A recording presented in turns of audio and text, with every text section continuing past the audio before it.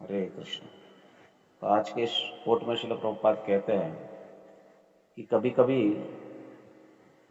उच्च लोगों की, महान लोगों के संग से व्यक्ति महान बन जाता है। जैसे कि सूरज एक बहुत बड़े ऊर्जा और प्रकाश का स्रोत है, और केवल इस महान प्रकाश और ऊर्जा को प्रतिबिंबित करके, रिफ्लेक्ट करके चंद्र जो है वो अंधेरी रात में भी चमक उठता है और वो भी महान बन जाता है। वास्तव में चंद्र स्वरूपतः, स्वभावतः अंधकारमयी है, इसमें कोई प्रकाश नहीं है, लेकिन एक महान व्यक्ति के संग में आकर वो भी महान बन जाता है। वो सूर्य के प्रकाश को प्रतिबिंबित करता है और उसकी महानता को हमें स्वीकारना पड़ता है।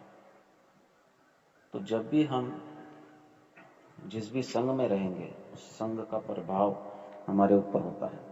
अगर हम महत संग में रहेंगे, महान संग में रहेंगे, तो हम भी महान बन जाएंगे। अगर हम निकृष्ट संग में रहेंगे, लघु संग में रहेंगे, छोटे संग में, किसी गलत संगति में रहेंगे, तो हम भी उसी प्रकार से हो जाते हैं। तो महान व्यक्ति के संग में रहते हुए व्यक्ति महान बनता है, लघु व्यक्ति के संग में रहते हुए व्यक्ति लघु बनता है। सब संगति का असर होता है।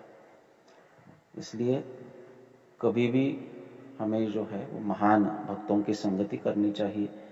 हम महान नहीं है, लेकिन महान भक्तों की संगति से वो महानता हमसे प्रतिबिंबित होगी, निश्चित रूप से प्रतिबिंबित होगी। और यही प्रक्रिया है, यही संग के विषय में महानता श्रीमद् भागवत गाता है। सएव साधुषु कृतो मोक्ष द्वारम अपावृतम। तो ये कपिल देव जो है, ये इस संवाद में देवाहुति माता के संवाद में उनसे कहते हैं कि अजरम पाशम, ये जो भौतिक आसक्ति है, इसका पाश अजर है।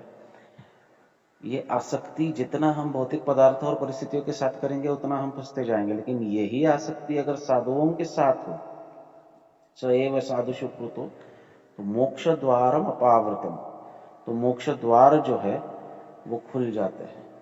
तो ये मोक्ष द्वार खोलना बहुत आवश्यक है। और मोक्ष द्वार कब खुलेंगे? तो मोक्ष द्वार तभी खुलेंगे जब हम मुक्त संगियों के बीच रहेंगे।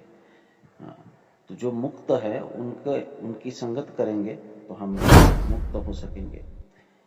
ये भक्ति कोई बहुत बड़ा विज्ञान नहीं है, बहुत सिंपल बात है। जैसा संग वैसा रंग।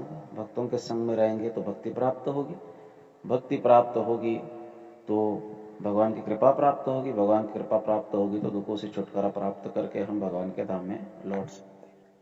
इस विज्ञान को जो जान गया उसका जीवन सुखी हुआ, जो नहीं जाना वो दुख में पड़ा रहेगा। यही निसर्ग का नियम है। हरे कृष्ण।